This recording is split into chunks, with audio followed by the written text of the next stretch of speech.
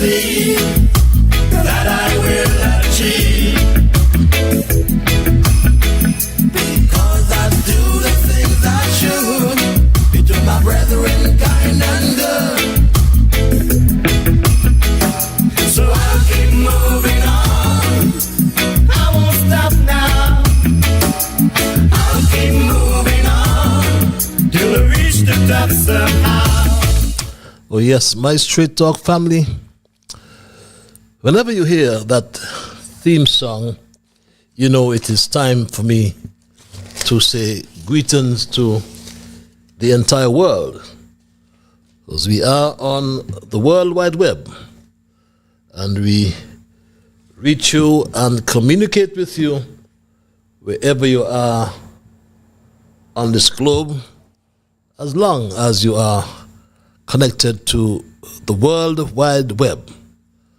And we come to you from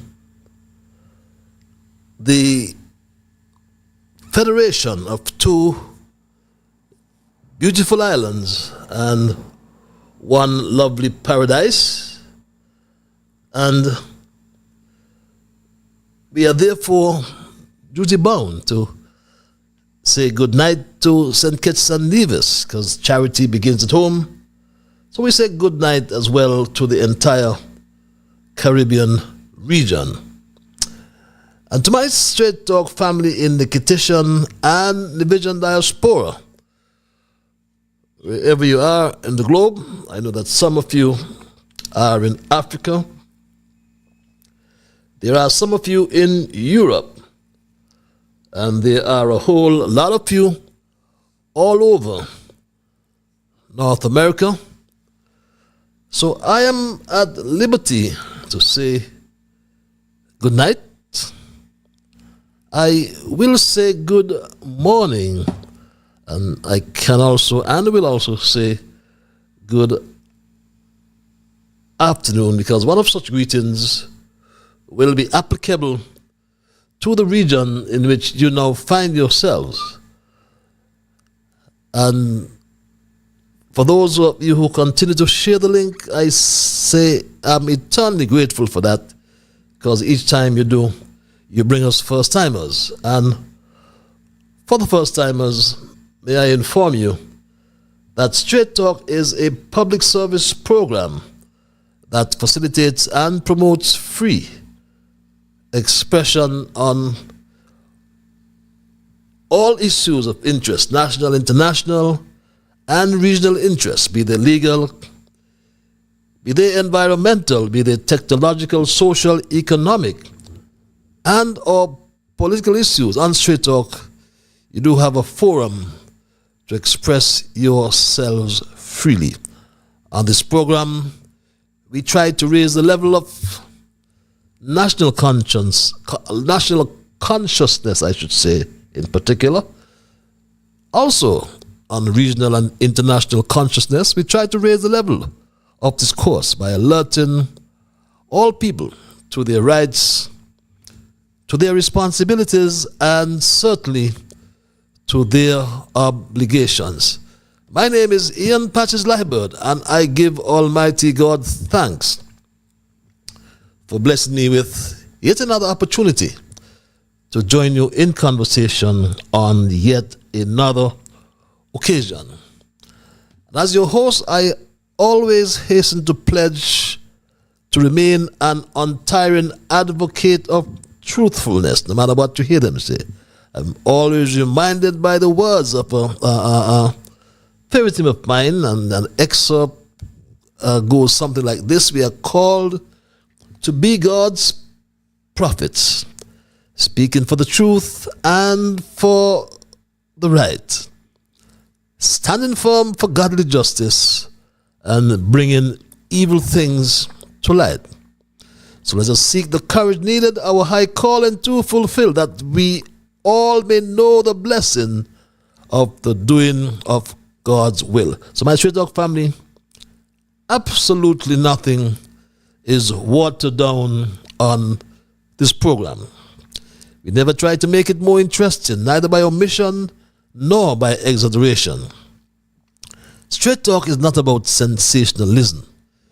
We are not about creating excitement, especially at the expense of accuracy, because we lean on the facts, as it is my bounden duty to present what I always call the unvarnished truth, the plain truth, nothing but the truth, especially when it comes to governance, transparency, integrity, and accountability wherever we are. Whether in St. Kitts and Nevis, wherever we are, we promote those ideals. Because the program joins us together with people across the Federation. We are joined with people in the diaspora all around the world. And my Straight Talk family, some of us will agree with the positions of truth advanced on Straight Talk, and some will disagree. And that's fine, because we promote what I call a diversity of views, because we are a different people. But please, please, please, what will sadden me is if we ever start to become disagreeable.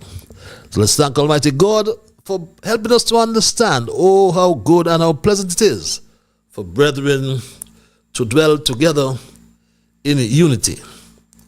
Let us therefore hope and pray for the day when we will all sing His praise together. So welcome again, my people, and thanks one more time for those who share the link. As you bring first-timers, please continue to do so. I must always remind you as well that Straight Talk is a participative program. By that I mean we include your calls and your emails. And if you're minded to call, the numbers are on your screens. The email address is also on your screen for those who like what I call the cloak of anonymity. We give you access via that platform. And those who have the Alexa app, we are also heard live on Alexa. All you have to do is, if you have that app, say, Alexa, play Massive Vibes Radio. And we continue to thank the owner for allowing us that platform at a nominal cost, I must add. As I said, cost, I like to thank, a big thank you for those who have made donations. Please don't stop. Whatever the size of your donation, whatever the size of your contribution, what am I getting messed up here with? Don't stop. Because it helps us to continue this important service. public service it is.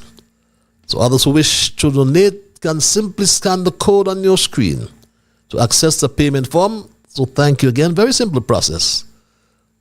Thank you in advance for your support and for helping us to keep the dialogue alive.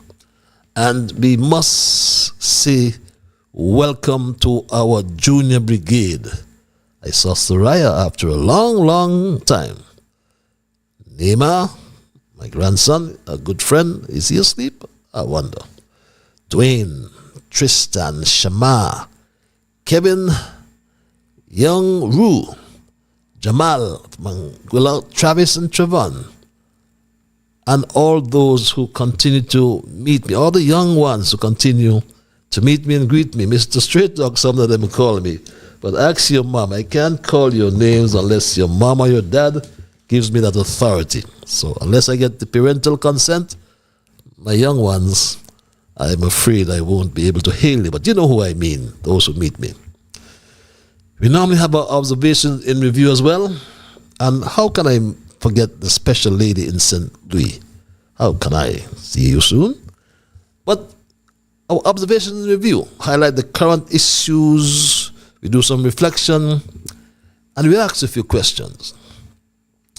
But after our observations and review, we will move right into our thesis for tonight, which I have titled, Is St. Kitts-Nevis Government of Scammers? So please, therefore, do not change your platform. Just spread the word that Straight Talk is live on social media, YouTube, Facebook, and Alexa. But first of all, let me, on a sad note, extend condolences to an old soldier, brother and friend of mine, Pat Fulton, a famous baker who carried on from his parents, the Fulton's Bakery there on George Street. Pat has gone to the great beyond, so sadly. He left his wife, Lita, to mourn. His children, Fitz-Allen, Bianca, haven't seen her in ages. His stepson, Sean, and of course the entire Newtown community. On your behalf and my own behalf, we extend condolences to the Fulton family and the passing of Patrick Fulton, Pat Fulton as we call him, and may his soul rest in eternal peace. I intended to have one observation tonight, and you must forgive me, I didn't have the time to download that video I wanted to share with you, or as an excerpt of the video I wanted to share with you as time ran me down, as we say in colloquial parlance. Because I attended the funeral or the homegoing celebration of Reverend Dr. Agatha James Andrews, lawyer, pastor, ex-police sergeant, former co-worker, and a dear friend of mine. And every time I think of her passing, I get what I call teary eyes. And since her passing over 1 week ago, I have been saddened by her death, because Agatha seemed to have surrendered and eventually succumbed to the power of the state.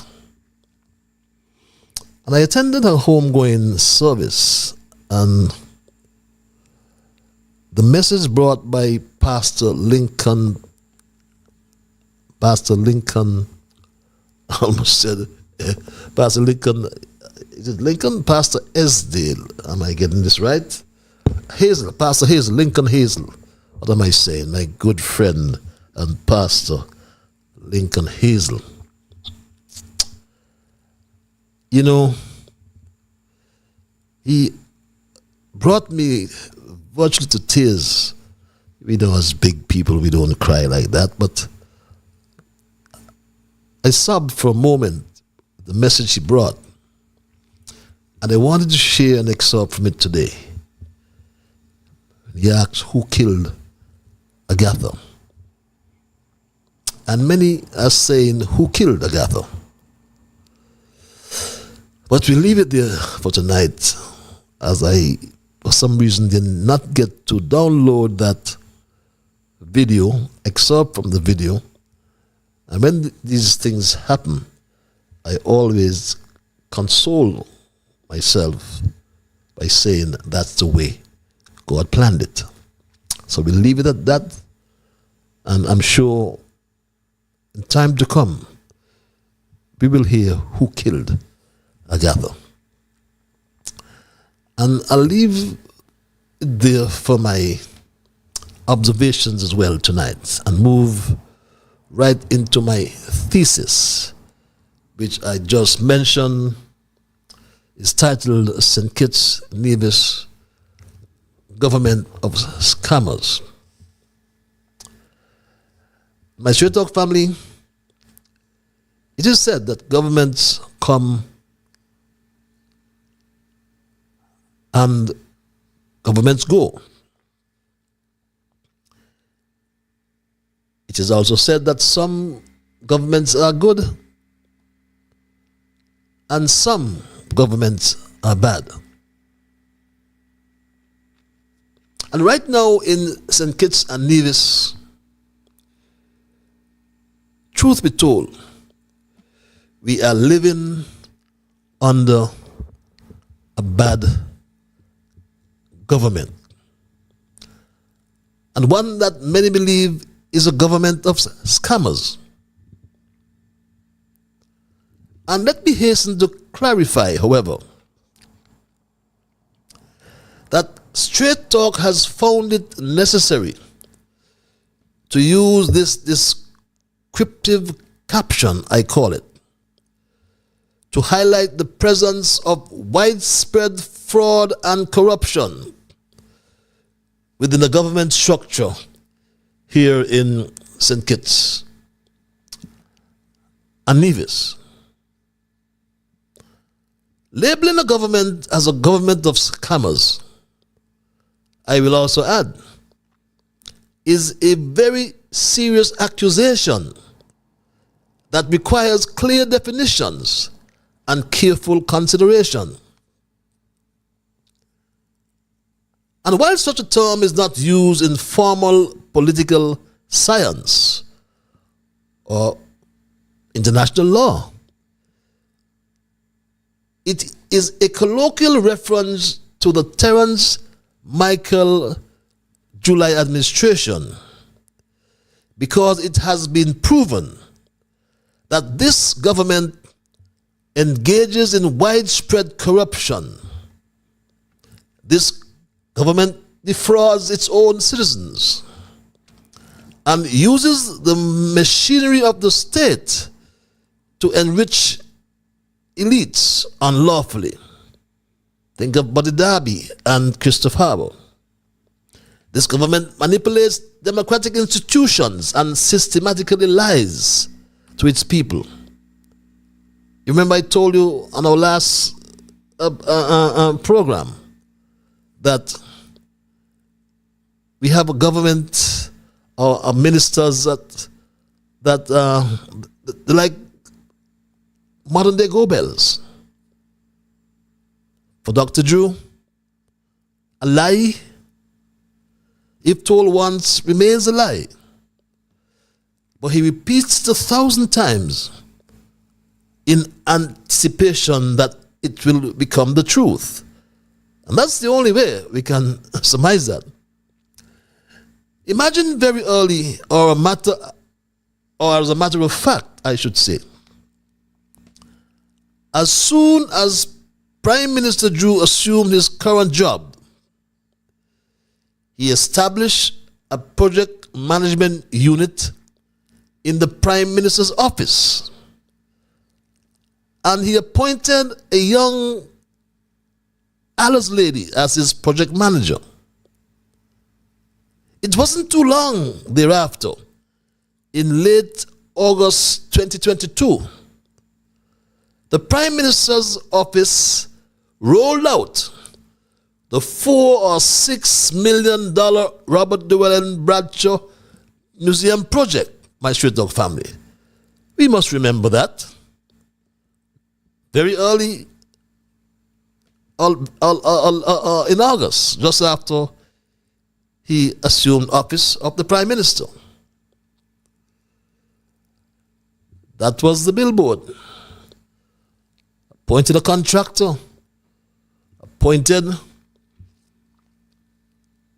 project manager, and he appointed and these officers and started construction, my Street Dog family, willy-nilly.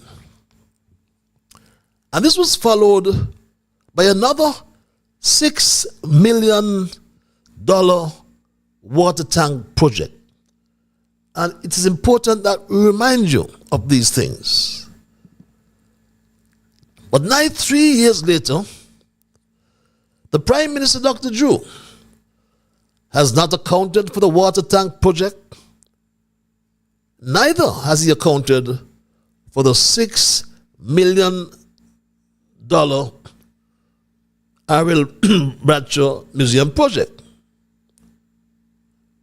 It's simple to conclude that the Prime Minister, in implementing these projects, raped $6 million from the government treasury for the water tank project, and another $6 million for the Robert Llewellyn Bradshaw Museum project. But lo and behold, he concocted, he made up, yes, he lied and gave us a cock and bull story. When I asked my Street Dog family just a few weeks ago what was the state or the disposition, or give us an update on the R.L. Bradshaw Museum. He was asked this straightforward question, my Street Dog family. Yolanda Weeks, Win FM. Mr. Prime Minister, can we get an update on the Robert Bradshaw Museum? With respect to the Robert Bradshaw, we have done a stabilization work of the building. So if you go there, you'll see the stabilization work.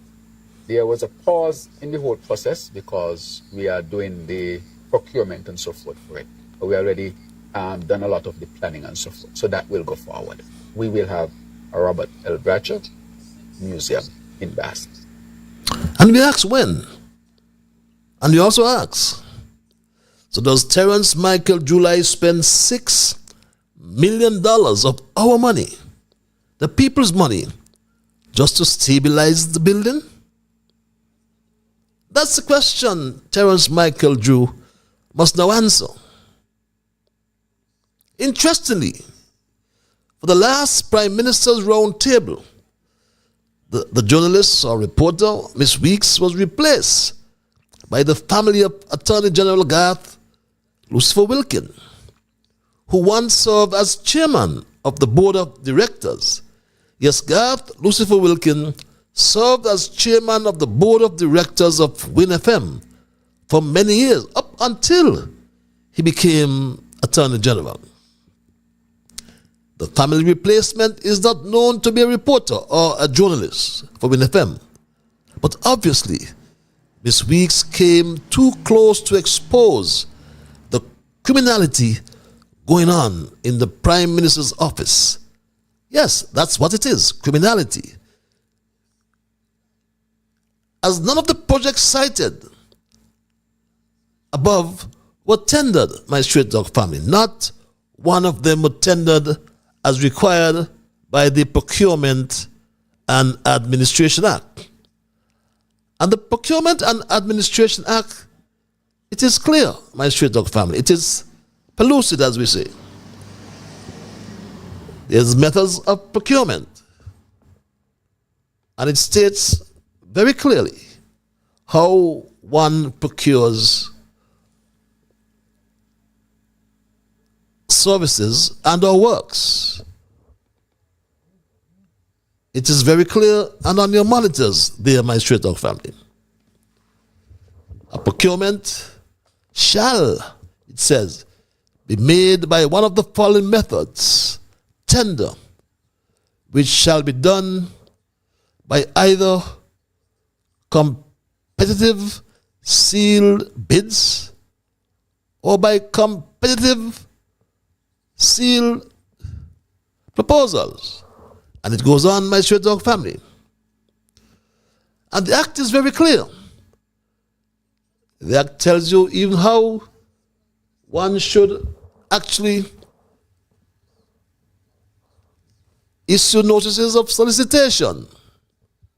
It says, subject to section 16, the procurement officer shall ensure that the notice of a solicitation for a procurement by tender, and B, an invitation to pre-qualify for a procurement by tender, is given in at least 2 newspapers of general circulation in the Federation, no less than 6 weeks, beg your pardon, before the day and time of the close of bids or proposals or invitation to pre-qualify, as the case may be. And it continues with the details, my straight dog family. So the act is clear. And to take money from the government treasury without proper procurement is a criminal offense. And this is coming from the chief legal advisor to the Prime Minister, my straight dog family. Procurement Act requires that there be a competitive bidding process to ensure the government gets value for money, and it makes it a crime to spend money from the Treasury without the procurement process being completed. And that's coming from his chief legal advisor, Attorney General and Minister of Justice and Legal Affairs, Garth Lucifer Wilkin. This is the opinion of the Attorney General and Chief Legal Advisor to the Prime Minister. But who is Garth Lucifer Wilkin to enforce the laws of St. Kitts-Nevis, when Garth Lucifer Wilkin himself transgressed the laws of the Federation? Yes, Garth Lucifer Wilkin, according to the Eastern Caribbean High Court judge, committed a criminal offense. Garth Lucifer Wilkin broke the very laws that he swore to uphold with the Bible in his hand, my straight dog family. Garth Lucifer Wilkin, recall, deducted money from his nanny's wages and failed to match her contribution and pay the sum total into the Social Security Board. Not once, not twice, but 3 times. He did it before he became president of the St. Kitts-Nevis Bar Association. He did it when he was president of the St. Kitts-Nevis Bar Association, and paid the day before he was appointed Attorney General and Minister of Justice and Legal Affairs.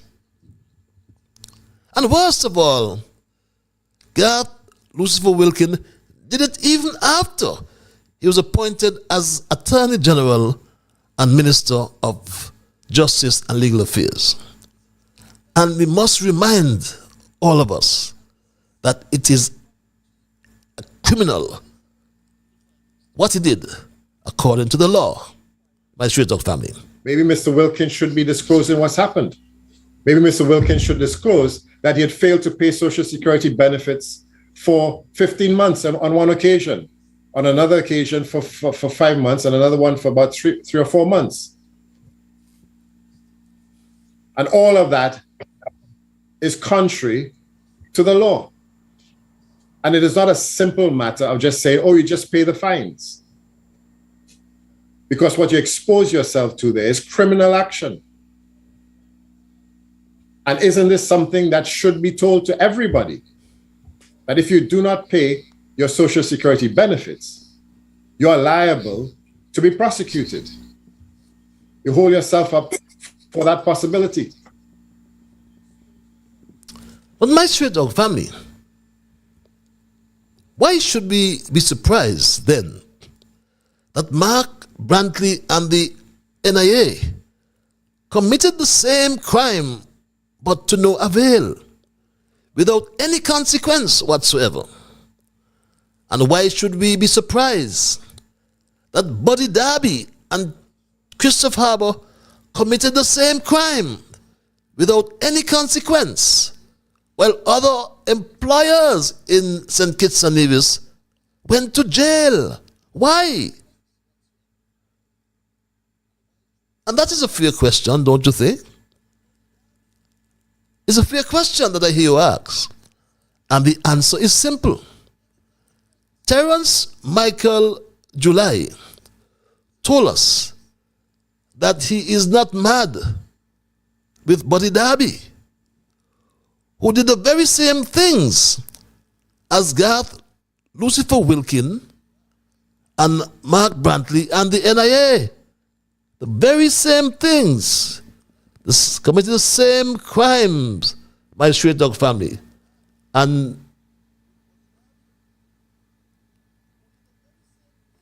the Prime Minister said he was not mad. He's not upset with Buddy.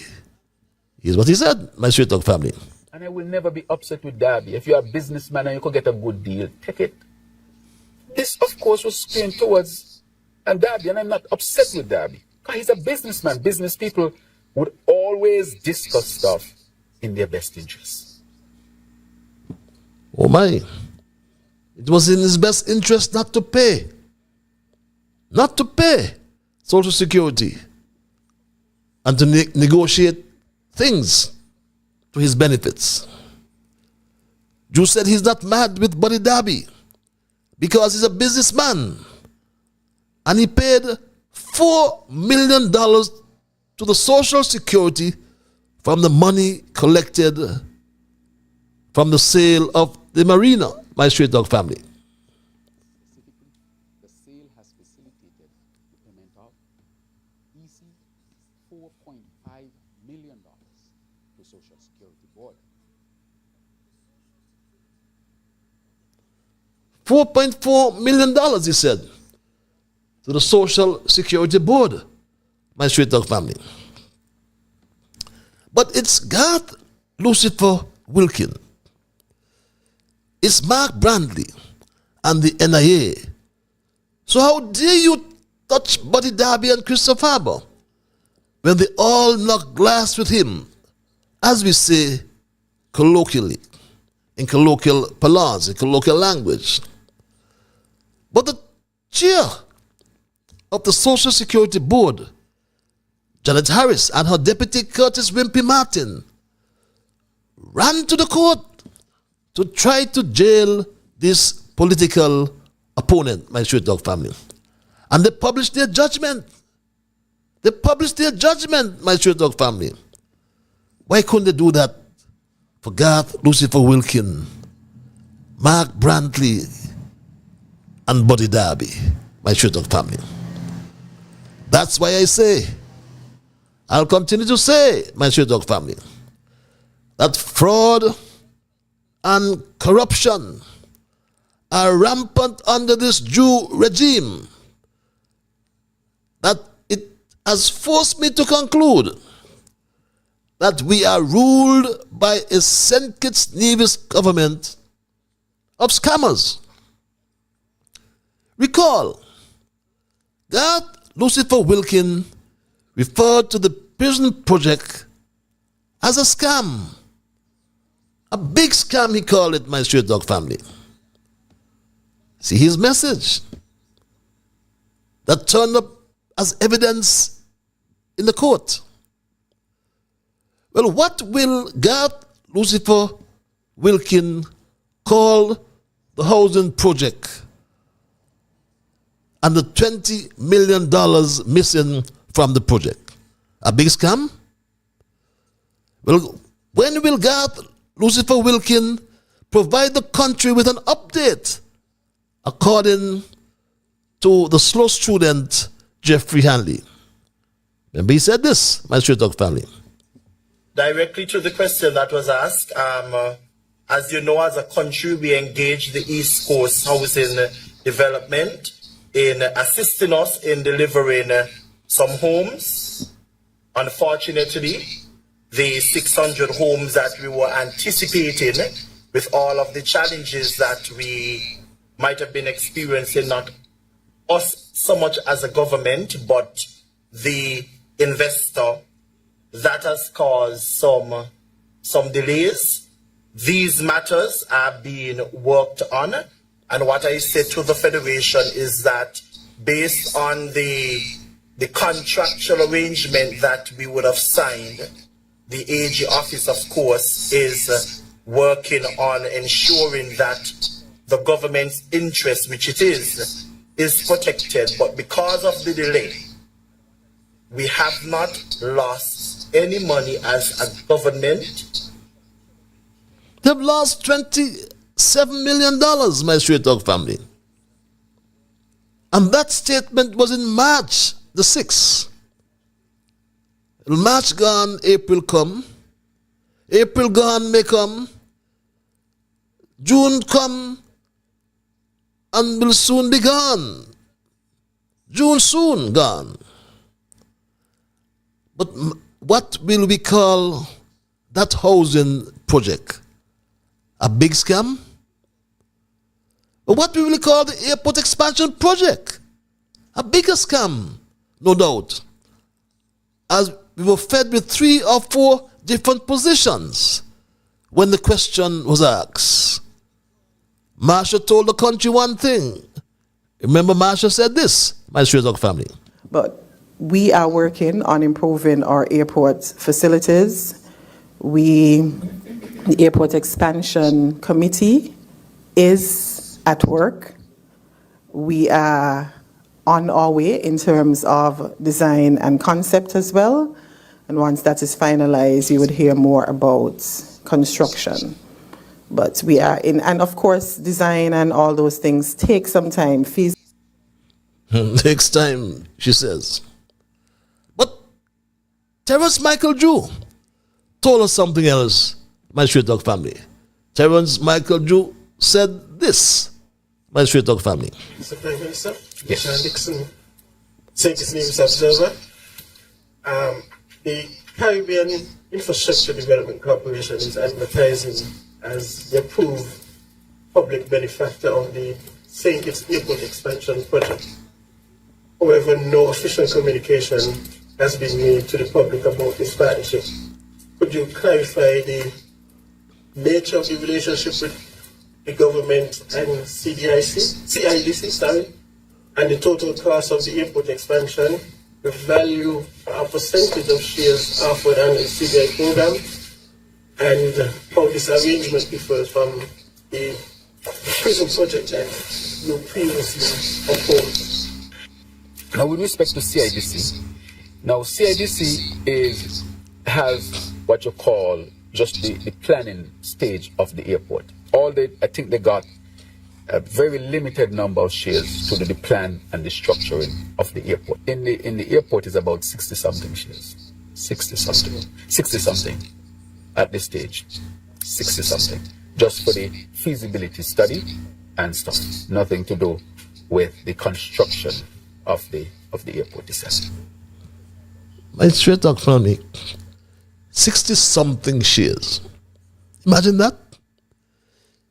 It is a bigger scam because Terrence Michael July is telling the country that he gave CIDC, or the cabinet approved CIDC, with only 60-something shares. Let's work at 60. 60 shares at $275,000 per share, or $250,000, beg your pardon, per share under the PBO option, the public benefit option, beg your pardon. That equates to $15 million US. My Straight Talk family. $15 million US dollars. That's $40 million just for a feasibility study. But my straight talk family, the CIU, Citizenship by Investment Unit, has already appointed CIDC as the public benefactor for the airport expansion project. And we have also learned that the CIDC will, in fact, try to implement the Bastia High School project. On your screens, you can see my Shredog family. There's no benefactor because, curiously, the CIU has pulled down Preconco. We understand that Preconco, a firm from Barbados, has not or has withdrawn from that project. Meantime, the CIDC, which is in fact owned by a company in Barbados. I will give you some more information, my straight talk family. The majority of shares, we understand either 75 or 80% of the shares are owned by CIDC in Barbados. We will tell you in short order the principal owner of CIDC. We know that that good gentleman in St. Vincent owns either 10% or 15% of the shares. We're trying to establish which individual or persons or firm owns the remaining shares in St. Kitts. But there are three shareholders. The major shareholder from Barbados, another shareholder from St. Vincent and the Grenadines, and one from St. Kitts and Nevis. But my straight talk family, the RLB International Airport, as you can glean from that slide on your right, CIDC has already been appointed the public benefactor. It focuses on the RLB International Airport expansion to increase air traffic capacity and enhance tourism infrastructure. What feasibility studies? The truth is, CIDC has got to prove some 3,000 shares under that public benefit option. 3,000 shares at $250, that's 750 million US dollars. For a project we understand is costing, or proposed estimates have been given at 150 million US dollars. So we ask, where is all the money going? But the scam is even bigger.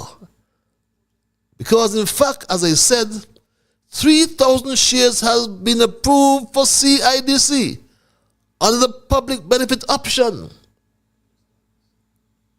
It's on your monitors, my straight talk family. You do the calculations. Mathematics is one of my strongest weak points. But where is the 600 million US dollars going? That's a question we ask tonight. This is why we have labeled our St. Kitts-Nevis government as a government of scammers. But the biggest scam of them all is the Terence Michael July deal with Buddy Darby and the Christophe Harbour. Remember, my straight talk family? I told you that it was already agreed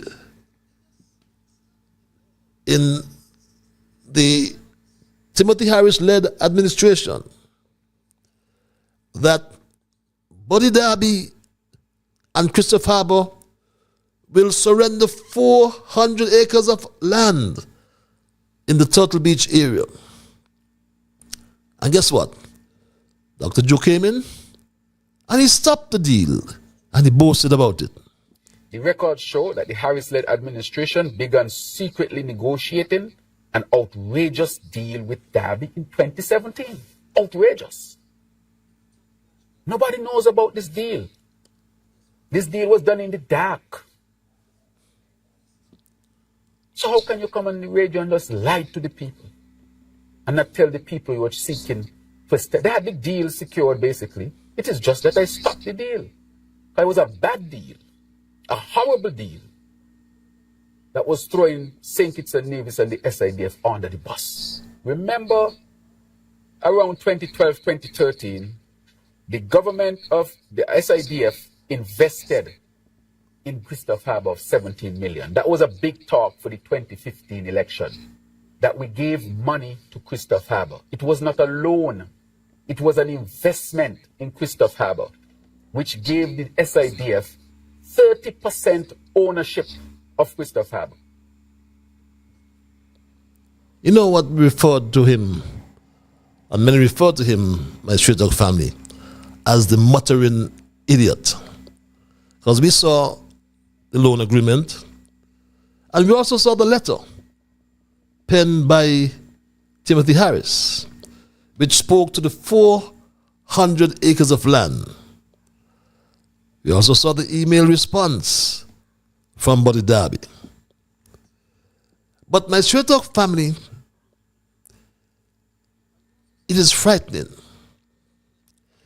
It is frightening because on the heels of the biggest scam ever in the Federation is the threat of a travel ban by the USA. In spite of all that's going on, my straight dog family, a travel ban. We are hearing now are on the heels of all this coming. My straight dog family, we have learnt, and it's being circulated in all the international papers. The Washington Post, the Guardian in the United Kingdom. I chose a regional paper, the Jamaica Observer, dated Sunday, 15 June, just yesterday. Headline, U.S. memo flags 4 Caribbean countries for possible travel restrictions. And I'm scared. We all ought to be. We lost at one stage our visa-free access to Canada. It was cited by FinCEN, blacklisted. And this article, which is a common article in all the international newspapers, reads, and I quote, Washington, United States, CMC. 4 of the 5 Eastern Caribbean nations offering citizenship by investment, CBI programs, have found themselves on the new U.S. State Department watch list. Antigua and Barbuda, Dominica, St. Kitts and Nevis, and St. Lucia are listed in a leaked State Department memo obtained by the Washington Post, which reveals that the Donald Trump administration is reviewing potential visa bans or other restrictions for nationals of 36 additional countries. The 4 Caribbean countries named in the memo have previously defended their CBI programs as legitimate tools for economic development with safeguards including rigorous due diligence. But something that has popped up to me though, and it should pop up to you. 4 of the 5. So what is Grenada doing different to Antigua and Barbuda? to Dominica, to St. Lucia, and to St. Kitts-Nevis. So why is Grenada not listed? And that's a question we need to find an answer for. But to evaluate whether we have a St. Kitts-Nevis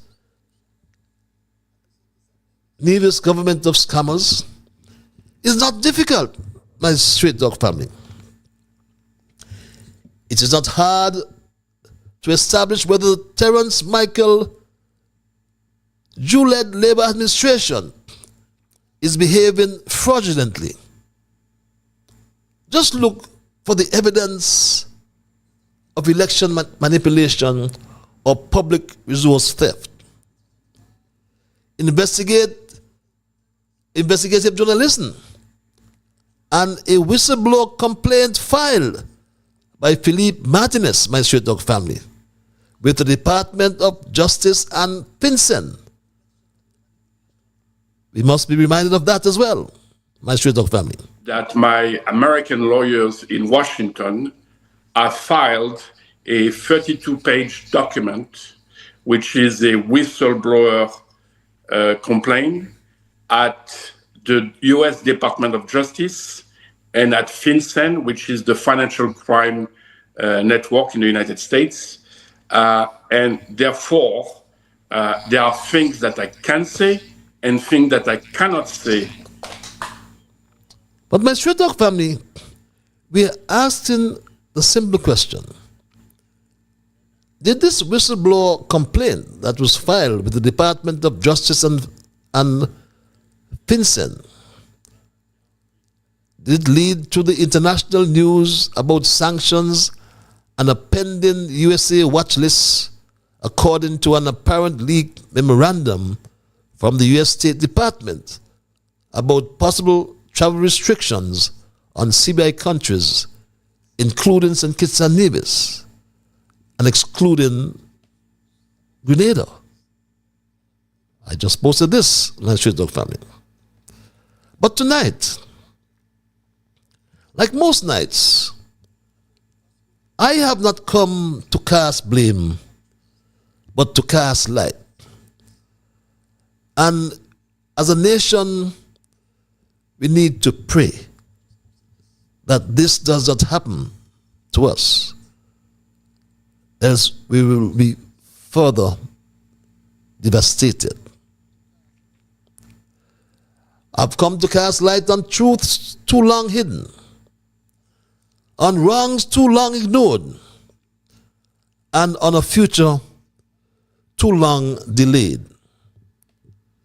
Many believe, and with reason, that we are governed not by public servants, but by scammers in suits, cloaked in the language of development, yet driven by greed.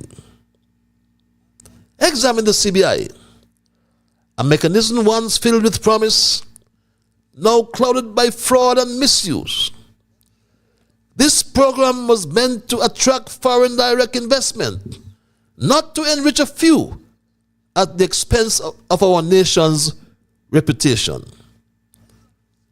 How many passports were sold without proper oversight? How many funds have disappeared into thin air while the people are waiting for the smart hospital, the people are waiting for roads and the Bastille High School? And then there is Christophe Harbour. We were told it would be a beacon of luxury and economic revival. $17 billion would be derived from that Christophe Harbour project over 20 years.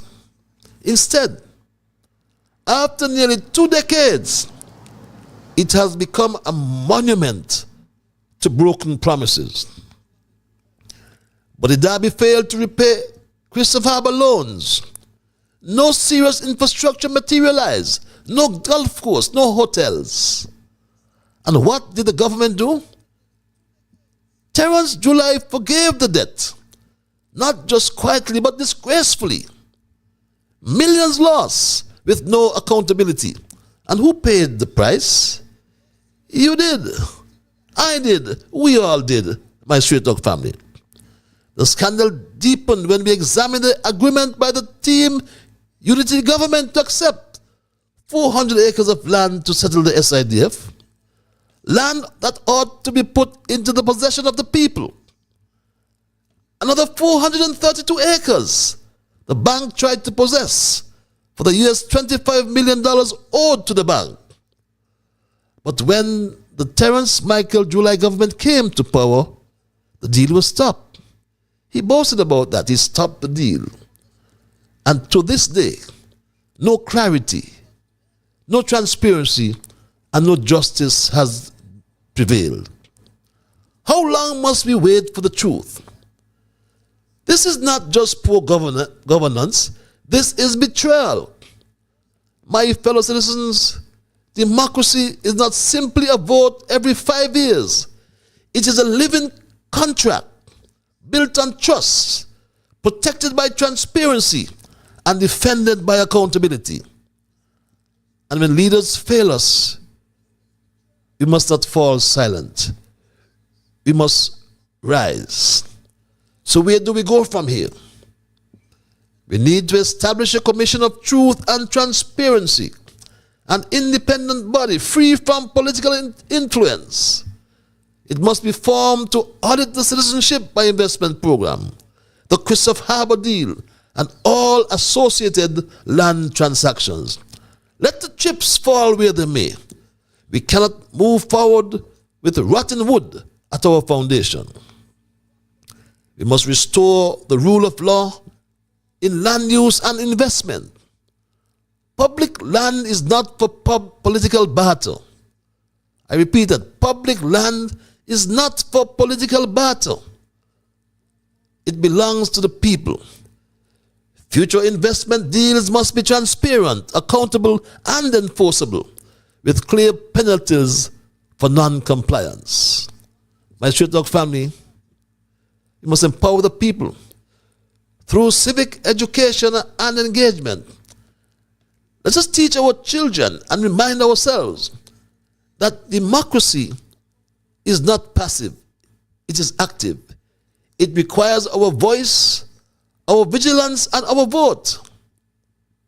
We must rebuild our international reputation by showing the world that this nation of St. Kitts-Nevis will no longer tolerate corruption in the shadows. Let us reclaim our national dignity and international respect. Let us be a small nation that stands tall because it stands right. My Straight Talk family. My fellow citizens, this is our moment. Not of despair, but of awakening. We can put things right. We must put things right. Let us rise together, not for parties, not for personal gain, but for the country, for justice, and for our children and children's children. Let history say that when the nation stood at the crossroads, we chose courage over comfort, truth over silence, and action over excuses. The time for sleeping is over. Let us wake up our democracy, and let us march not backward into the past, but forward into a future of integrity, justice, and hope. Democracy in its purest form is the active, engaged will of the people, shaping the destiny of the nation. But when vigilance fades, when accountability is weakened, and when power consolidates unchecked, democracy begins to slumber. This slumber is not marked by silence, but by manipulation. The quiet rewriting of rules, the normalization of corruption, and the erosion of public trust. Institutions become shells, elections become rituals, and leadership transforms from service to self-interest. In our nation, signs of this democratic slumber are unmistakable.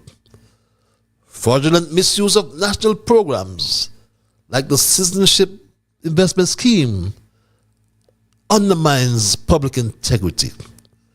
Investors break promises without consequences, while government forgives debt that rightfully belong to the people. Debt of money that rightfully belong to the people. Imagine, Jews ask if Christophe Harbour can deliver. A straightforward question, my Street Dog family. Can they deliver? Now, having gone through the negotiations in which this $25 million was obtained on behalf of the outstanding debts, and understanding that Christophe Harbour now needs to get operationalized and to employ people and get productive, were there any components of the previous agreement? You spoke about original agreement. Are we talking about one original agreement or a second original agreement? Because there was an agreement under the previous Labour administration headed by Dr. Denzel Douglas. Upheld by the Timothy Harris administration. And then Dr. Harris's administration came in. Right. So did they replace that original agreement? No. I'm not talking about the original agreement. The original agreement is intact. I'm talking about the agreement with respect to SIDF and Christophe Harbour. That is the agreement I'm talking about. Right. All right. So what responsibilities now is the existing Christophe Harbour, the revived Christophe Harbour, what will they be responsible for doing under that particular project? Right. You mean the present one with Safe Harbour? No, not Safe Harbour. The original one? You have the Safe Harbour for the marina. Yes. Investors, and you still have the Christophe Harbour operation. Right, of which we are party to it, right. In which yes. Mr. Darby is still involved. Yes. So, what is Christophe Harbour now responsible for? For example, there was, in the original agreement, we heard talk about a golf course. More. There was supposed to be 3 hotels built over there. We have only had 1 hotel. So, I'm trying to figure out now, what is the commitment of Christophe Harbour to that project? Right. So the commitment to Christophe Harbour remains intact. And from our end, we are going to insist that Christophe Harbour carries out what is supposed to be done. My Street Dog family, Christophe Harbour carries out what is supposed to be done. But Christophe Harbour had 20 years, my Street Dog family. Christophe Harbour had 20 years. It is time to wake up. Jew has usurped the hope and freedom of the Kittitian and the Vision people. What he has done with Buddy Darby and the Christophe Harbour, to those in the diaspora in particular, I ask you tonight, don't you believe that we have Kittitians or Kittitian and the Vision talent amongst our people in the diaspora that have the capacity, given the opportunity, to develop the Southeast Peninsula? So why is Buddy Darby given that option to continue to fail? Dr. Bifkil Baird tried to acquire 174 acres of land, to buy 174 acres of land. It was acquired by Douglas. A citizen's land and hopes and dreams, dashed by Douglas, acquired the land and sold to Darby. Christophe Harbour's development is a scam bigger than the prison scam. It is the biggest scam we ever witnessed in our federation, perpetuated by this St. Kitts-Nevis government of scammers. And that's my story tonight, my Street Dog family, and I'm not going to change it. But I'll open the lines and entertain your calls and your emails as we discuss this government of scammers. We will uncover more things, my Street Dog family. But I'll open the lines and hear from you. But before I do so momentarily, I implore you, as usual, to respect others. And of course, to achieve that, you must first respect yourselves.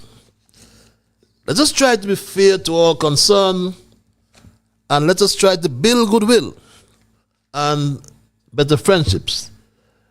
Let us try, my Shwetok family, to ensure that the things we say and or do will be beneficial to all concerned. And in the process of doing and saying those things, let us as well strive to build a kinder, gentler St. Kitts and Nevis. With that said, at 6 past the 9 o'clock hour, let's go to the lines and say, caller, you're live. Hello, caller. Good night, Mr. Liburd. Good night, my dear. The quote for this evening. Pretending that voter fraud does not exist.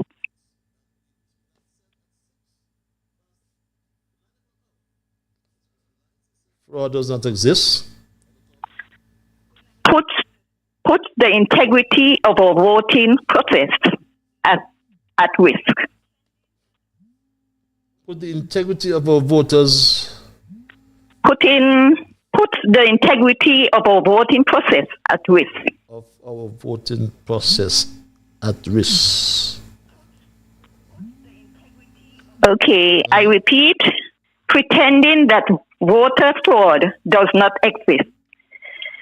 Put the integrity of our voting process at risk. Have a great evening. Have a great evening. Thank you, as usual, for that quotation. Pretending that voters' fraud does not exist. Put the integrity of our process at risk. Let's go back to the lines. Caller, you're live. Hello, caller. Good night, Brother Patches. Good night, sir. Good night to all the listeners. Far and near.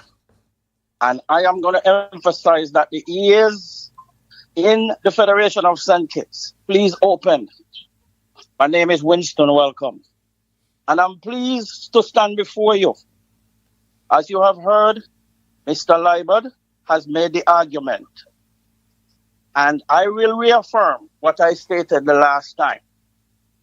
We have fraud, we have scam in Christophe Harbour, and many more should soon be revealed. That deal has to be cancelled and torn up, and we get back our lands, and we have ideas now how to deal with it. The land become government land. When the eminent domain had took place in acquiring those lands, the investor failed to pay, and he forfeited his deal and his obligation. So what are we waiting for, and why we waited so long? We need back that land, and we can make ideas and build on what is there, because there are more to gain than what to lose at the present moment. People, listen, and let's take back this country. Let the independent get a chance. Those repeated, recycled kleptocrats are thieves. They are there to thief, and they will not stop, because the money, whatever they're making, is sweet them. Just like Gonzalez said in St. Vincent, the money is too sweet. But you all are not enjoying anything. You kept in the dark. Come out of the dark and enter into the light. I cannot play anymore. Patches cannot play anymore. How much you all need? Stop. Let this country fail and fail and fail. I will stay right there, because I know there are others to come in. I will come in again next time. Thank you, brother, for allowing me. Bye for now. Thank you very much. We're going to thank this caller for holding. Caller, you're live. How are you? Hello, caller. How are you? I am peaceful. How are you? You peaceful? Yes, I'm peaceful. This is the major. Yes. How is the major? Yes, I just wanted to show something here. I ain't using enough force defense. I'm building spring bowling. spin bowling. You see, something is, it ain't bothering me, but I listened to it. I did not have a chance to go to the lady's funeral because she was a very good friend of mine. But you know how it is. So what I thought I said to you, I listened to the pastor today, and what he said to me, I'm not surprised. I wanted to say that in silence, is it, you know, that silence is indeed hard to find. You know that? What is hard to find? Silence is indeed hard to find. Silence, okay. Silence. You know, that is hard to find. But listening to the pastor of that church during that Thanksgiving service of Lawyer Agato, I had to sit down and quiet my soul. This woman was a giant of a woman. I know her well. She's full of strength. And she was very busy knowing God. And to hear what he said, because he used the reference about Noah's son. You was listening? Huh? I'm not hearing too well. Second, he used what? He used a reference to Cain and Abel and the brothers. Yes, Cain and Abel. Yeah. And what happened, he said, this fellow, see his father naked, but he ain't nothing. He went to the other two brothers, them. Yes. And because the other two brothers do not want to see their father naked, they bring a sheet and walk backward. Yes. So it seems as though that we got to get well because it looks like things happening really funny in this country. Yep. We can't get silent no more. Because you know, the car horns, them, they're so notorious and they make a lot of noise. So we can't afford to silence ourselves anymore. It's time to wake up. It's time to wake up. It's very hard to find. That's it. We can't stay silent anymore. Yes. The colleagues said that he ain't going to stay silent anymore, so we can't stay silent anymore. We got to start talking. So glad for you listening to me and tell me what you think about what I said. I am fully supportive of what you said, because when democracy sleeps, justice is delayed. The truth is buried, and our hope begins to dim. So we have to wake up. We have to wake up. I agree with you, Major. Silence is hard to find. Silence is hard to find. Yes. But people have to listen. Listening to that pastor, I'm sure many people going to use reference to what he said today. Yes. Because he was thinking that he was talking melee. But one or two people were here saying with me. They said, no, he was pastor. And he just talking because he got more. But he was serious. He was raw with him. Raw with him. Yes. And we can't afford to love that. We got to start. Whatever happened, we got to talk now. Whatever happened. The truth or untruth, we got to talk. And as I say to her, and I leave it with you again, that silence is indeed hard to find. Thank you very much. That's it. Thank you very much, Major. And yes, I really apologize because I tried to download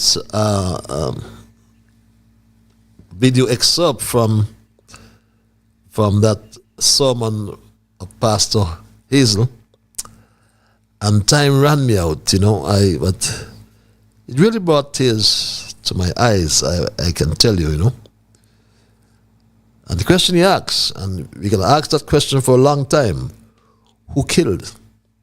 Who killed Lawyer Agatha, Reverend Dr. Andrews, and I would say Agatha, Andre, Gatto. Who killed Gatto? Let me not get mixed up here. That's the question we ask. Caller, thank you for holding your line. Hello, caller. Mr. Straight Talk. Mr. Straight Talk. Abracadabra. Abracadabra. How are you, my brother? I am peaceful, my brother from another mother. Yes, man, peaceful. right here. Good to hear you. Ditto.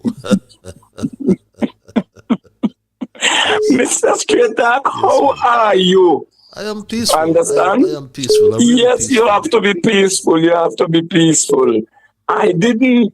I hear what you said concerning Agatha, and somebody was telling me something back in the days, something that they arrested her, but I couldn't understand what they were saying. So is make it little clear now and tell me because they were that they take kick off of ZIZ because of what she done. So I say, okay, well I'm gonna listen, but I didn't hear nothing, so I just leave it there. But I always tell myself when I come to St. Kitts, I'm gonna look for her, but I never get to meet her. But I understand who she was and what she lived for. Understand, and that's all I can say to the family. Just be strong and do what you guys have to do. She's gone. Pick yourself up and run with the mantle. That's all I can say to them. Mr. Straight Talk, I want to thank you. This morning, my sister come on the job and she said that they banned St. Kitts and they're about to shut down St. Kitts and these countries that have the CBI program. If I hear about it and they must give them some kind of deadline for fix whatever, I don't know how true it is. So something go like that? Well, there's a news item in the Washington Post. Okay. To, a leaked memo from the U.S. State Department, or Department of State, which is the correct one. And it's been circulated in all the newspapers. I put up the Jamaica Observer, but it's in the UK Guardian. It's in all the journals around the world. So we just hope she was telling it don't become a reality, because that will be. Yes, she was telling me. But did they really put a thing out there to say, well, they have such and such this day to change it, otherwise everything gonna shut down? That's what she was telling me. Well, in the article, I didn't put up the entire article, but it spoke to some submission by Wednesday, and I think they have 60 days to do whatever is required to be done. But again, this is only an apparent leaked memo. We are not saying it is accurate. Accurate, yes, I understand what you say. It is not true. We are just keeping hope alive. That, it is, but something was said. Understand? And something was done. Why this thing come out? It just didn't come out by itself. So that's all I can say. Anyway, I thank you so much for your time. Did you find out about that young man who had killed the doctor? If they still have him in jail, they bail him? Oh my! I didn't do my homework. I'm sorry about that. I'll get. Yeah, that's all right. That's all right. Sorry, I didn't do my homework. Well, I want you to do two things for me concerning this. I want you to, I don't know if you have that tape when Agatha prayed for you when your son had died. I want you to play that. I don't know if you can find it or but whenever. And I want to see if you can play something for me for my brother Culture. Understand, when he greeting all of us and greeting Brother Straight Talk. So that's just homework for you to do. I didn't say you could do it tonight, but I'm going to listen attentively for when you get that done. Let me just say good evening to my wonderful people. Good night, my brother Culture. I didn't know Culture wife is your sister. Well, we're not blood sisters, but we're born on the same day. Oh, I will listen to you. Yeah. So in comment you say is your blood sister. I miss it there. It's my sister by another mother, but we born on the same day. Yes. That's what I said. Joe is my sister. Yeah. But you know me and him have the same name. Hello? I said me and Culture have the same name, Vincent. Vincente, yes. Vincente Fax. I was shocked when they say, Mr. Wilshire saying Vincent Benjamin. I said, no wonder we get on that good. I had the pleasure of going to his home there, seeing him there, and I said, guy, you mean this is how you live and you so strong? Where you get all that strength? And when I see him come out and talk to me, I said, guy, I had to look down. I couldn't believe what I was seeing. But he was a great man. He's gone. And I just want to say to my sister there, take care of herself and hope for meet her when I come home. So my lovely niece there in St. Louis and Texas Queen, my brother Alvin and his son there and everybody, you guys take care. And Mr. Straight Talk, just do what you got to do. Understand? Our government don't want to do what they want to do. They want to go backwards. So with you, we're going to follow what you have to say. And I want you to do one thing. Make up your mind. If you're going to run, you're going to run. If you're not going to run, don't run. You do what you got to do. I will support you in whatever you do. Thank you so much, Mr. Sweetheart. Abracadabra. See you when I see you soon. See you, my brother. See you, my brother. We go straight back to the lines, and I want to thank this caller for holding the caller alive. Patrick. How are you, my brother? The Bible Well, man? I'm here. That's the I'm Bible here. man? That's the Bible man. Yeah. How are you tonight? I'm wonderful. Psalm what? Psalm 49. Psalm 49. That one lost me. That one lost me, Bible man. Psalm 40. You ready? Yes. We always wait in patience. All right. Hear the word of God said, Patrick. Hear this, all ye people. Give ears to all ye parables of the world. Number 2, both low and high, rich and poor come together. With a both low and high and rich and poor together. Hear what the word of God say here. Now, my mouth shall speak the wisdom and the meditation of my heart, and shall be good understanding. Now, that is going to drop down to 6. They that boast themselves in their riches. Yeah, that's all for that. They that trust in their riches cannot redeem. Boast themselves multitude of riches, of their riches. Verse 7, none of them can by any means redeem his brother. For and now give God a ransom for him. You hear that, Patrick? And so, and then he said that then the word of God said here, verse 10, you see that the wise man die, and the wise man die, and the foolish and the brutish perish and leave their wealth for others. Now that is wonderful. Okay. Yes.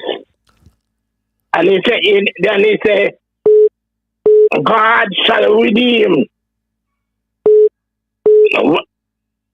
God shall come down.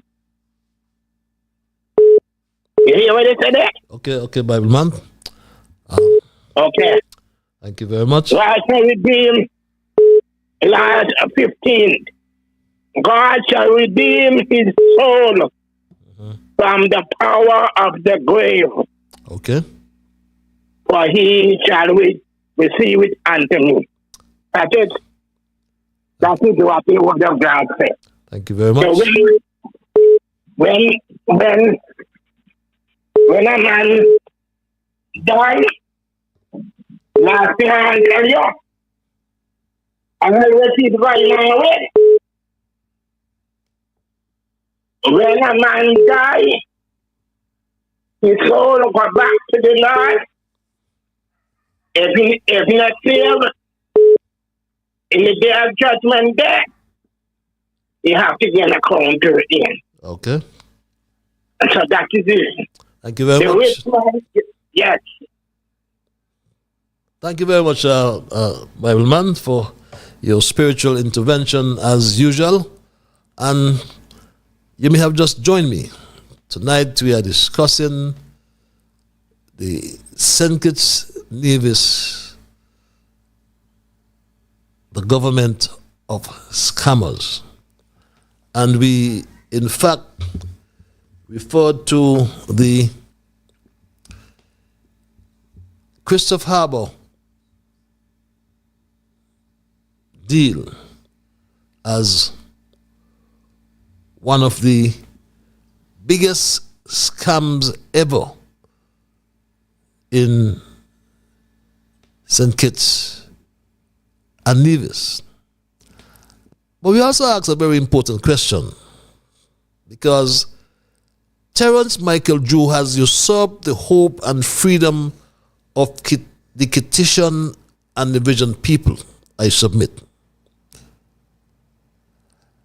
And what he has done with Buddy Darby and the Christophe Harbour, I want in particular to focus on my brothers and sisters in the diaspora in particular tonight. And I ask you the question, don't you believe that many of you, Kittitians and Divisions in the diaspora, have the talent, the capacity, have the academic ability, the know-how to do what Buddy Darby has not done in 20 years, that is to develop the Southeast Peninsula?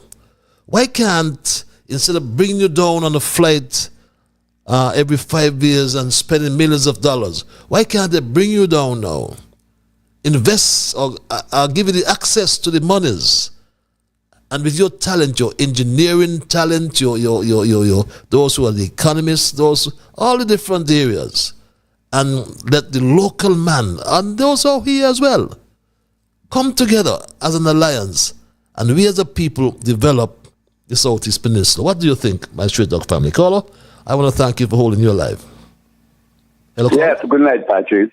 Good night. Good night, sir. Yeah, how are you, brother? How are you? I am peaceful. Yourself? Patrick, yes. Yeah, I'm peaceful, and I call you in a peaceful manner of life, okay? Patrick, you use the word scammer, right? I know it's a form of, it could mean many things. You know, you're fooling the people, you're lying to the people, all kind of stuff it could mean, right? But Patrick, I want to ask you this question. Let me guide you before you go off track here, right? The program tonight and all nights is not about patches. We present a thesis, and I've titled the thesis, and what can we get out of the thesis? The expected outcome is for us to be a better people. It has nothing to do with you or I. So if you can make that contribution in that context, then we're going to part company. Well, because I asked the question, one of the questions I asked, right? Yeah. It's especially to those in the diaspora, like yourself. I asked tonight. If those in the diaspora in particular, and those in St. Kitts as well, right? Don't we all believe that we have the Kittitian and the Vision talent amongst ourselves?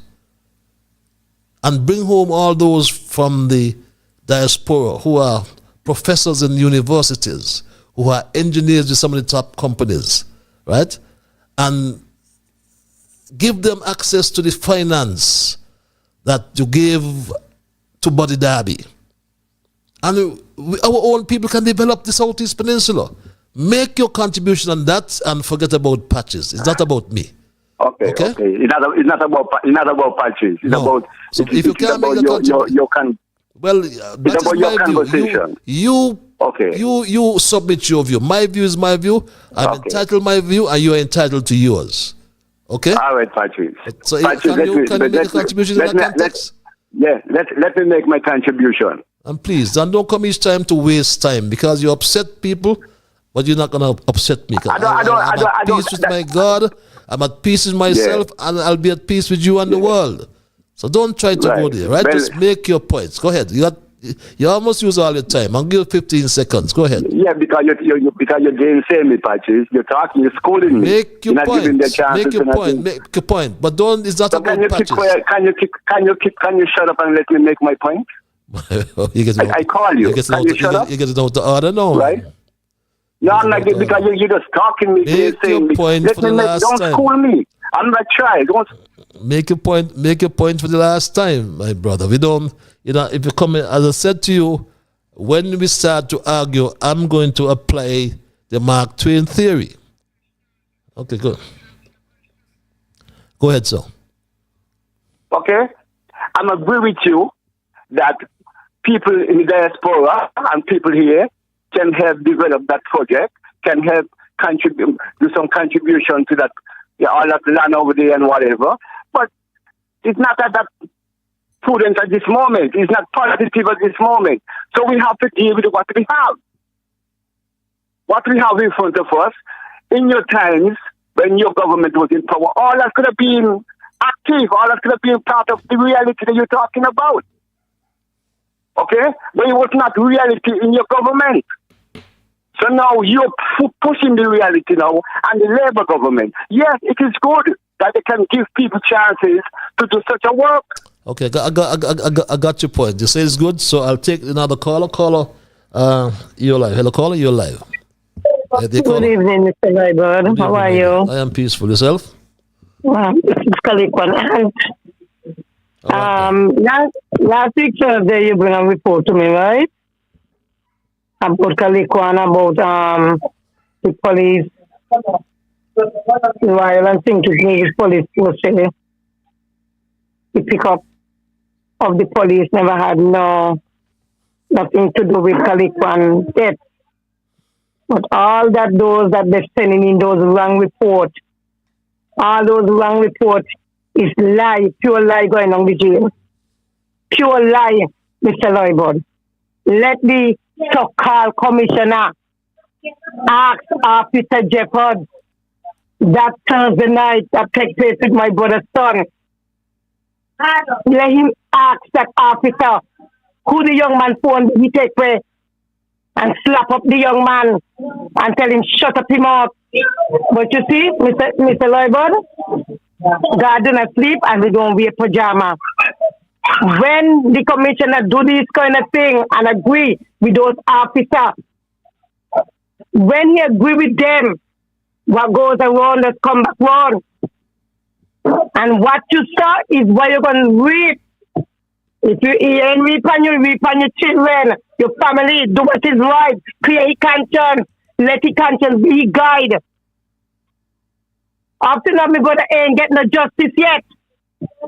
And the next thing again, Mr. Liburd, this Labour government, this Washington government, that is the problem right now in this country. Labour government is the problem in this country.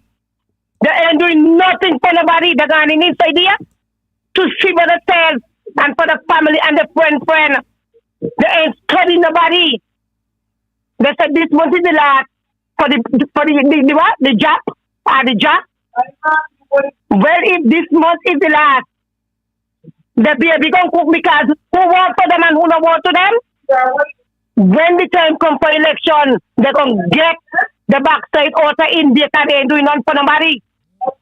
The country is not running in the right direction. He wants experience for to run this country. Think it's a good on here? Think it's a good on poverty come up and having an open reality with this government, yeah. Them are the problem right now. Nobody got no money to pay the bills them. Them are the problem. They need to go, pack up and go. And they come on to me sometime last week and ask me how the country running. I said, how the country running? How the country running? They need to go. Because them is the problem right now. That is the problem right now. We have Busukuna, baby, that suck everybody blood, that suck the money out of the treasury, that suck the poor people money where they put there. They need to go. They're the vampire government. Okay. They need to go. Okay, Kali Kwan's aunt, I want to thank you for your contribution each time. And I'm going to do some investigation in terms of your constant position. But thanks a lot for your contribution. Yes, Mr. Liburd, thank you. You have a wonderful evening. Have a wonderful evening as well. Yes, love. Thank you. Kali Kwan's aunt is her name. What is wrong with you, Mr. Prime Minister? Reads this email. You seem to have an obsessive interest in Dr. Harris, or Dr. Harris's name. You are so fixated, obsessed, and addicted with this glorious name that each broadcast at every public function you must call Harris's name. We are tired of hearing you. Don't you realize that nobody taking you on when you set out maliciously, spitefully, and vindictively castigating the good third prime minister? You see, sir, your message is falling on deaf ears because the majority of people have found you to be a compulsive liar, and therefore nothing you say, good or bad, about Harris and the administration he so ably chartered for 7 years will be undiminished by your barrage of lies you have concocted about him. How dare you, an inexperienced political rookie, attempt to walk in Harris's shoes? Slow down, man. You have up too much hustling, going nowhere with the country. Reads this email. This other email reads, Lloyd Hamilton, your presentation on Inside the News was very informative, interesting, and quite educational, especially to do with the system where the government should stand all costs when it comes to citizens utilizing their constitutional rights to challenge any law the government passed. That seems to be oppressive, despotic, tyrannical, and unjust. However, I take umbrage when you deviated and said that Harris was calling on Douglas to relinquish the prime ministership and go home, for he was old now. Well, Mr. Hamilton, I cannot testify to that, and I am wondering if you are mixing up Harris with Mark, or you are willfully doing it to tarnish Harris, beg your pardon, because you have not recovered from that severe beating he gave you when you ran against him in number 7. It was Mark who was touting that Douglas was old and he must go home. Go home, not Harris. Not because you and Mark are friends, you must blatantly refuse to call his name. And be reminded that Douglas used to tout that Simmons is an old man and he must go home as well. Now today, Mr. Hamilton, every name mentioned are together sailing in the old boat, including yourself. For you have confessed you will not be running again because of old age. Oh, what a life, reads this other email.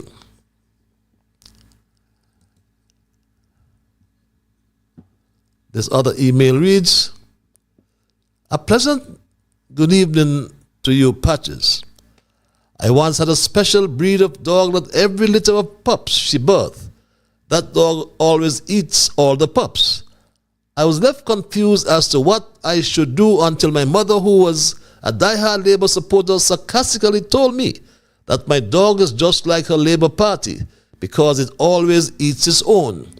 She told me that my only solution is to get the vet to put the dog to sleep, and I took her advice.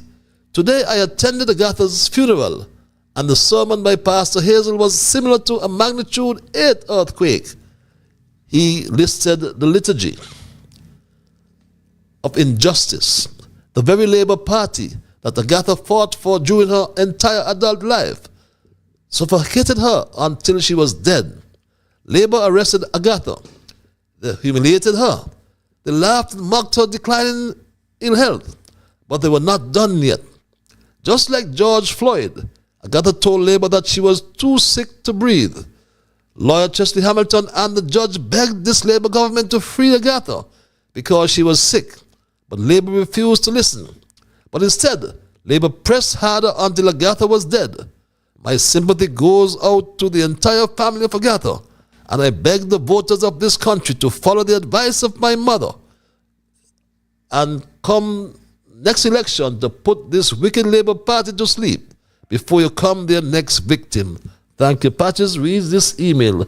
And thank you, caller, for holding your live. Hello. Yes, greetings, Brother Patches. Greetings. Pleasant good night. Good night, my brother. Very interesting program. You see what I tell you, all us is thief. Everybody scammers. Everybody thieving. You know, but you say that. When I say certain things, you don't want to agree with me. So. Anyhow. Talk for yourself, right? Yeah, talking for myself. Okay, then. All right, my lad. So you see, what I'm trying to say, you know, I like the proposal you put out that people in the diaspora could do what body that. My brother could do that. I don't doubt you. I don't doubt you. Okay. Okay, so but what I'm saying, we have people who could do that, but there have never been any administration in the country, right? From since adult suffrage. Who has done that? You see what I'm saying? Mm-hmm. So, the point I'm making, my brother, the reason why these things don't happen, because we don't have any national consciousness. We talk about country, about self. But it's not happening anytime something is in the country to be done. We're bringing some foreigner to do it. It's the same thing that was going on in the side of state and Burkina Faso them. That's why them brothers had to take over the country.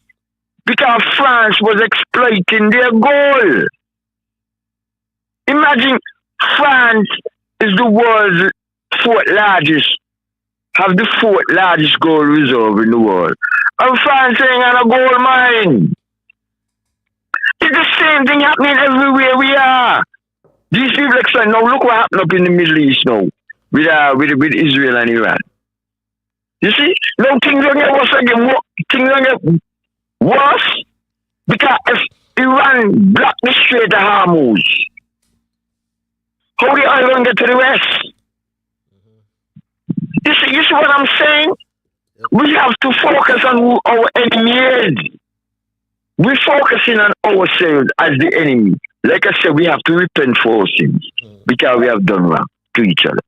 But what I'm trying to show you now, look at what Abraham Traore and the brothers them in the side state. They're doing good, but imperialism want them removed. You see that dichotomy? So, what choice do we have?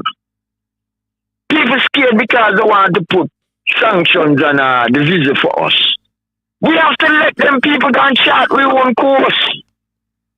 Though if we do good, it's wrong in the side. If we do bad, it's still wrong. So what we must do? That's the question I'm putting out to our people. What is our way forward? The only way forward is for us to unite and deal with our own interests. That's all. It's a simple matter. But we got to stop thief and scam one another. It's simple as that, my brother. But let me give you this before go. You know Davon. You remember Davon, the electrician who used to play for Rovers. Moses Davon, yeah. Yeah, more from the village. You know him, right? I mean, village or from King Street? Anyway. Okay, whatever. But I know you used to live up in the village. Okay, Moses Davon. Yeah. You know he was the head electrician for Fordham University in the Bronx. He was, okay. That just to show you when you're talking about people in the diaspora. I experienced that. There's more people go to Fordham University than I live in St. Kitts. So I just showing you one example. We have these people in the diaspora, but what? They're not being used. The brain drain keep draining all the time. So, you know, we got to get our house in order, my brethren. That's all I'm saying. And I'm going to keep saying it. So give thanks, one love. Give thanks, my brother. One love. And yes, you know, Dr. Joe. And we're all guilty. We're all guilty of it. I was part of an administration that was guilty of certain things. But as I said, it's not about me. But Joe has usurped the hope and the freedom of the Kittitian and Nevision people. What he has done with Buddy Darby and the Christophe Harbour. And as I say, I'll repeat it, it must be an insult to many of you in the diaspora. And I ask, before and I'll ask again, don't you believe that there's talent within the diaspora, in particular, and here as well, engineers, architects, electricians, electrical engineers, digital engineers, civil engineers. I know one very, very successful engineer who worked in Canada for years. Won't call his name, I didn't get his permission. You know who I'm speaking about. A lawyer as well. But we have the talent that we can do those things ourselves. We can. So why the hell do we have to go back to Buddy Darby when he has failed for 20 years and he will fail again? All he wants is our money, nothing else. Caller, you're alive. Hello, caller. Yeah, good evening, Patches, man. Yeah, good evening to you and the callers, man. I mean, listeners, sorry. Yeah, good evening, Patches, to you and the listeners. Good evening, my brother. Yeah, of course, man. Not only in the diaspora, but right there on the ground.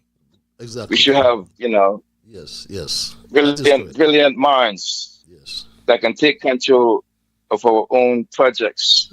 Move the country forward. I'm sorry to interrupt. I mentioned the diaspora in particular because I want them to start thinking it's not about coming home and jumping on the flight every 5 years and you come and put your vote and you come back. No.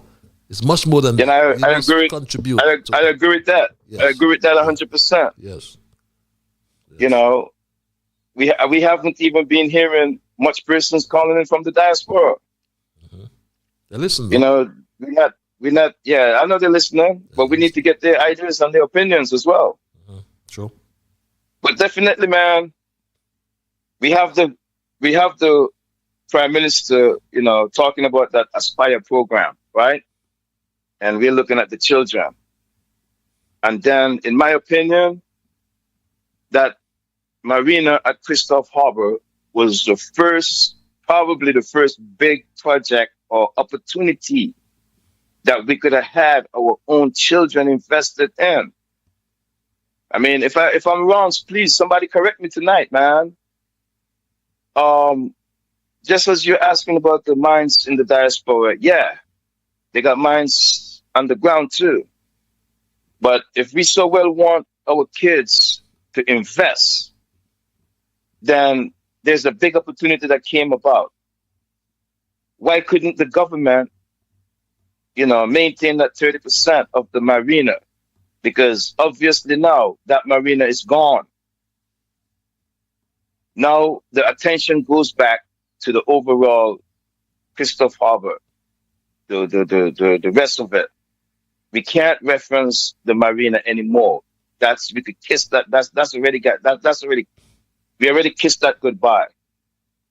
But in my opinion, the government should have never sold that out and invest those children's money that they're putting in the funds, some funds or whatever, wherever they put in that money could have gone into buying that marina and let the children them get shares in that marina.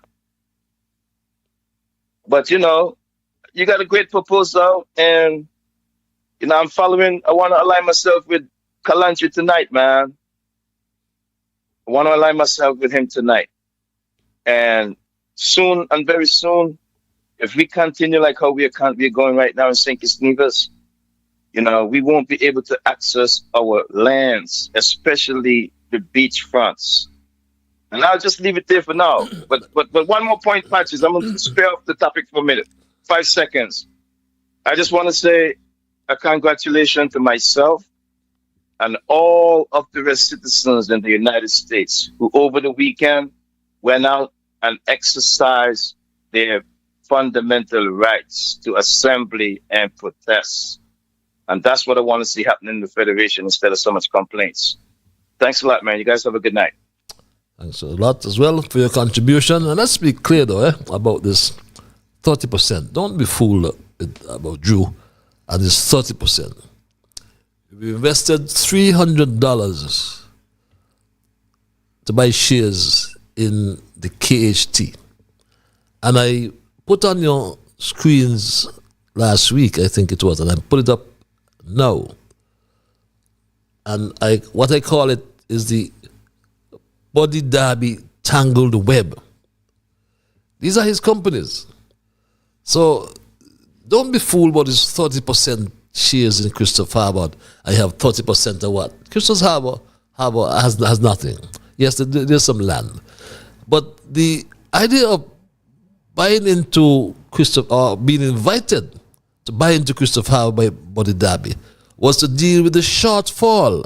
There's a clause in there that speaks to the shortfall, the major clause, which says once that company is short on funds for operational expenses, then they expect the SIDF, which it did, pump money into Christophe Harbour, up to $5 million each time.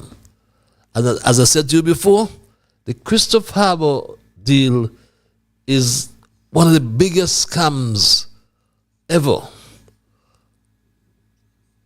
to land in this federation. And it's not difficult to determine that. Good night, Patches reads this email as we wind down. Your thesis tonight so aptly describes this Labour government as one filled with expert scammers.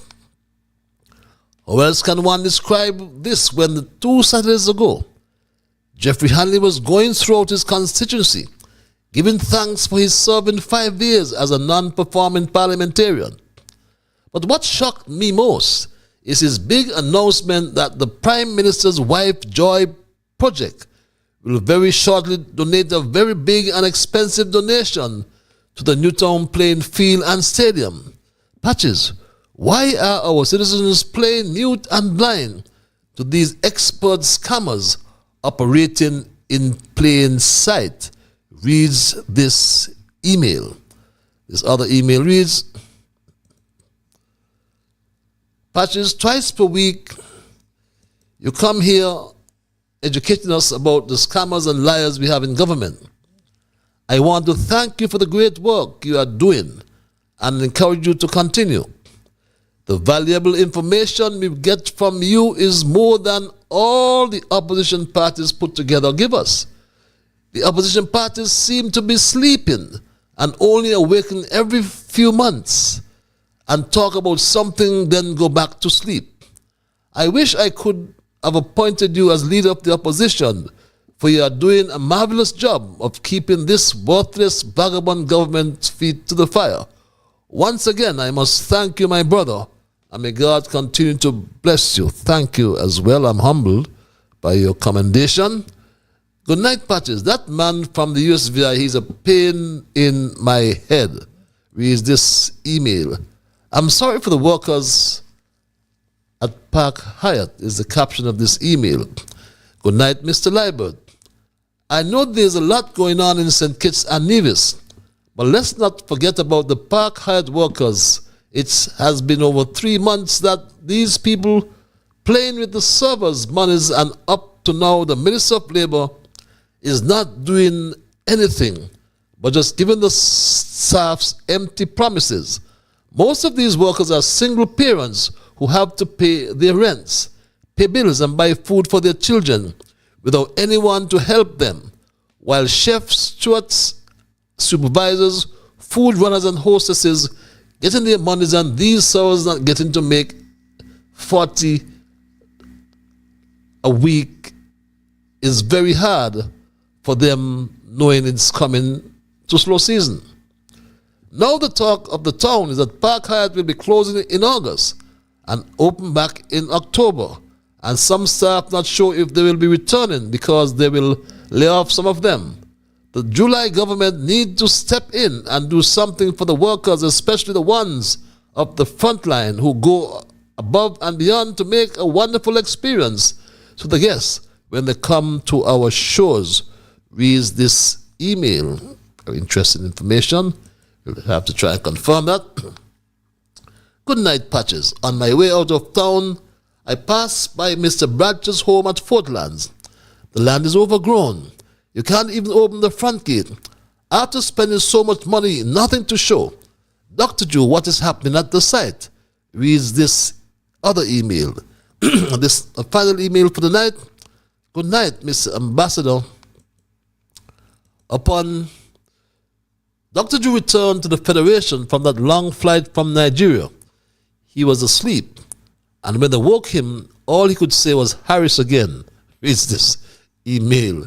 And those are my emails for tonight, my Straight Dog family, as I wind down tonight's programming.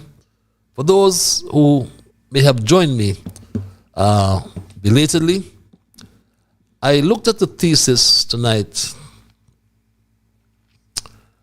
as St. Kitts-Nevis government of scammers.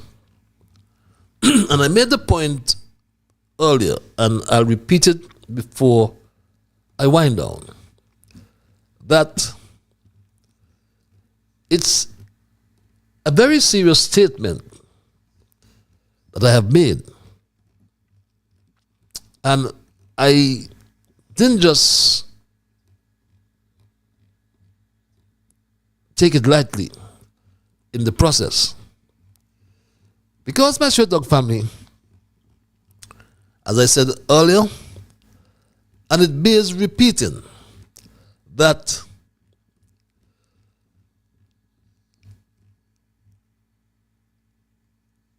it is said that governments come and governments go.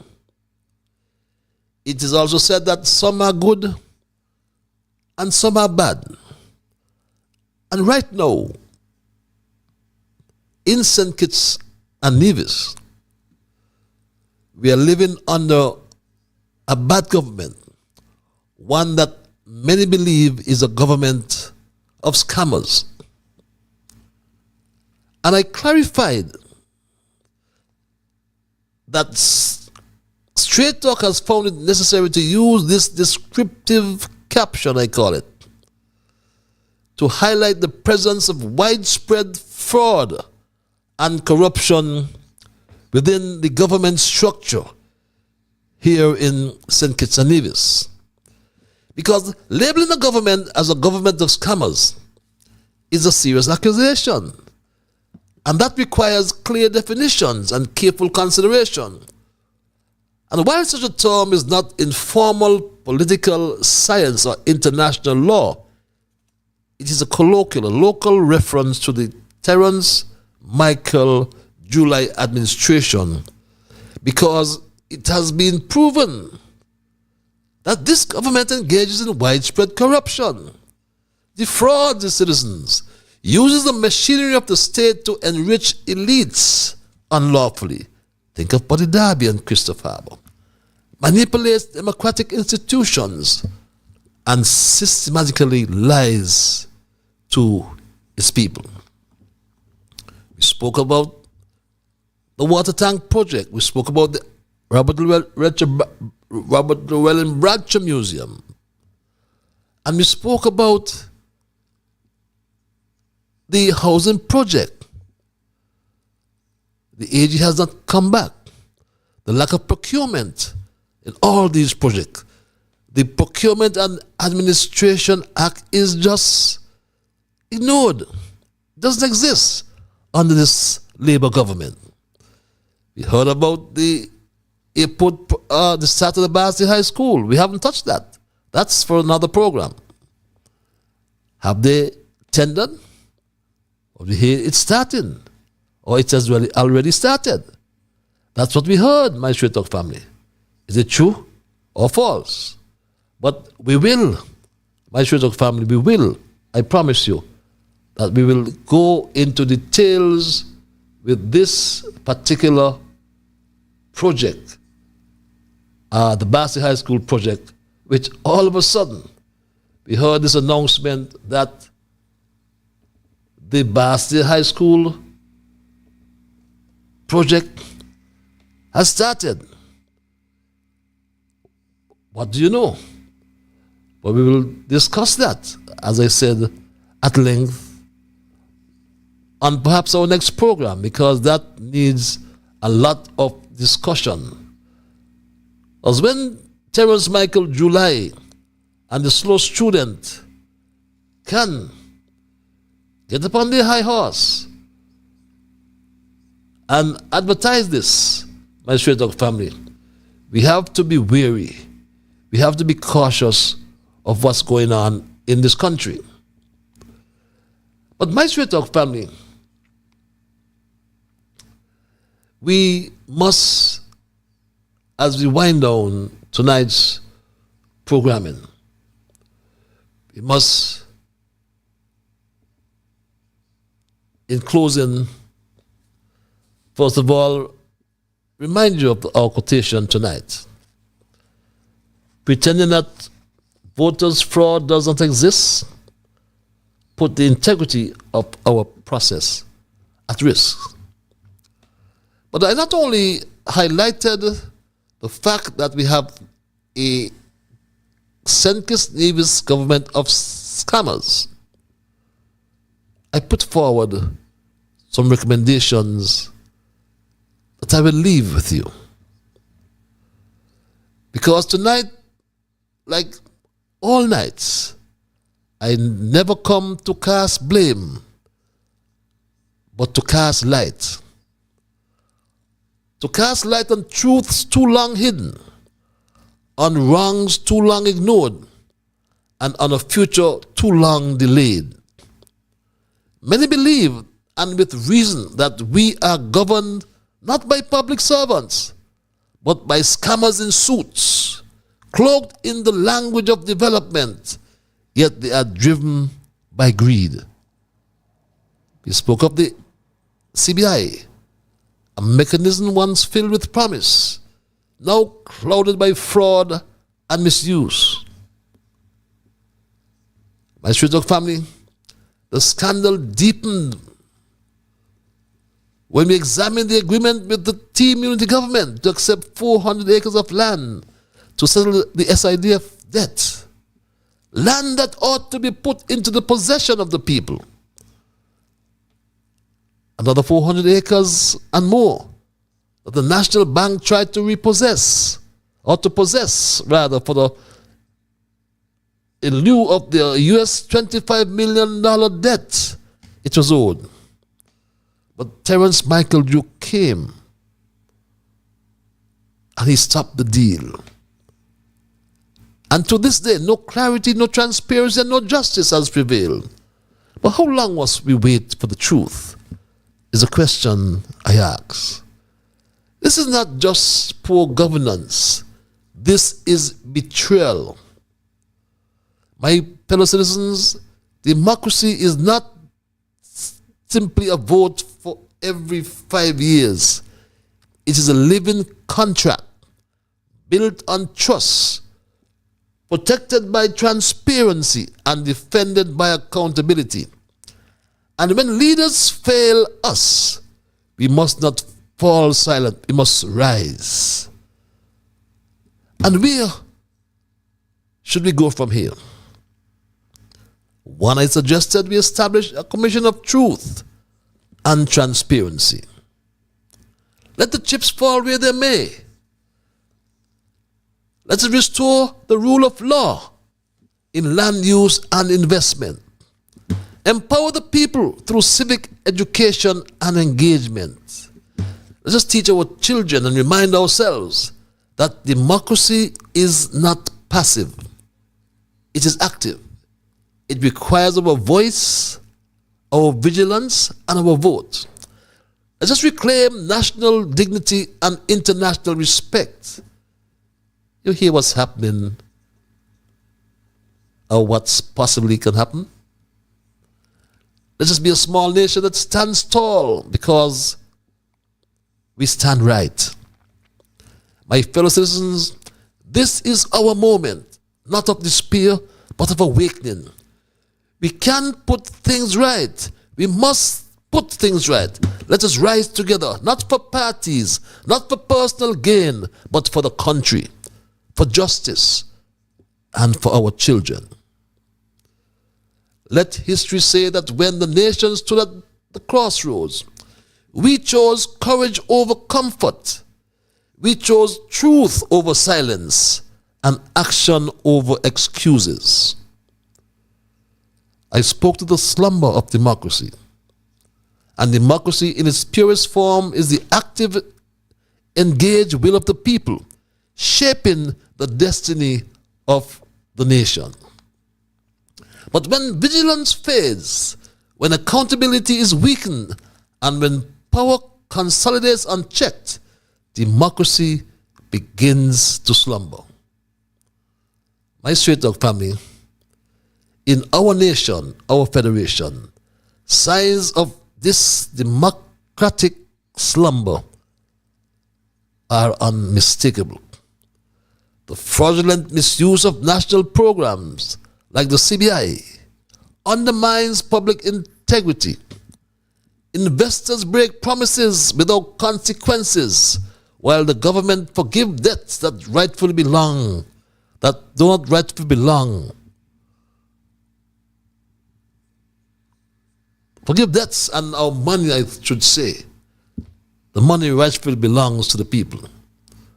Public assets, including land, are treated as political currency, transferred in shadowy deals without transparency. When democracy sleeps, justice is delayed, truth is buried, and hope begins to dim. My Straight Talk family, it is time to wake up. Terence Michael Jew has usurped the hope and freedom of the Kittian and Division people. He and his cabinet. What he has done with Buddy Darby and the Christophe Harbour is the biggest scam ever. I spoke to our people, those locally and in particular those in the diaspora. Question yourselves tonight. Ask yourselves, don't you believe that we have Kittitians and divisions, or Kittitian and division talent amongst us that have the capacity, given the opportunity, to develop the Southeast Peninsula? So why the hell is Buddy Darby given that option to continue to fail? I spoke to Dr. Liburd, a son of the soil, whose 174 acres were acquired and given to Darby by Douglas. Christophe Harbour's scam is bigger than the prison scam. It's the biggest scam we witness, perpetuated by the St. Kitts-Nevis government of scammers. And that's my story tonight, my Straight Talk family, and I'm not going to change it. Remember, pretending that voters' fraud doesn't exist put the integrity of our process at risk. That's our quotation. I'll leave with you tonight. But I want to thank Almighty God for guiding our conversation tonight and always. I want to thank you, the many viewers and listeners, those who sent emails and or those who called. Remember, all of you are the ones who make Straight Talk. And for that reason, I must say a big, big thank you. Until we connect on Thursday for another edition of Straight Talk, be good to yourselves and to all whom you meet. Remember that whatever your mind conceives, that you will achieve. But first of all, you got to believe. So when you wake in the morning, thank God for the morning light. Thank Him for taking you through the night. And my Straight Talk family, keep moving on. Bye-bye. Until we connect on Thursday. Be good. Keep moving on.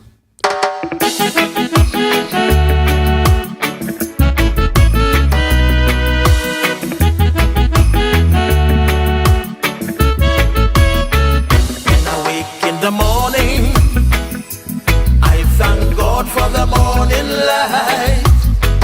Give Him thanks and praises for taking me safely through the night. For the rest of food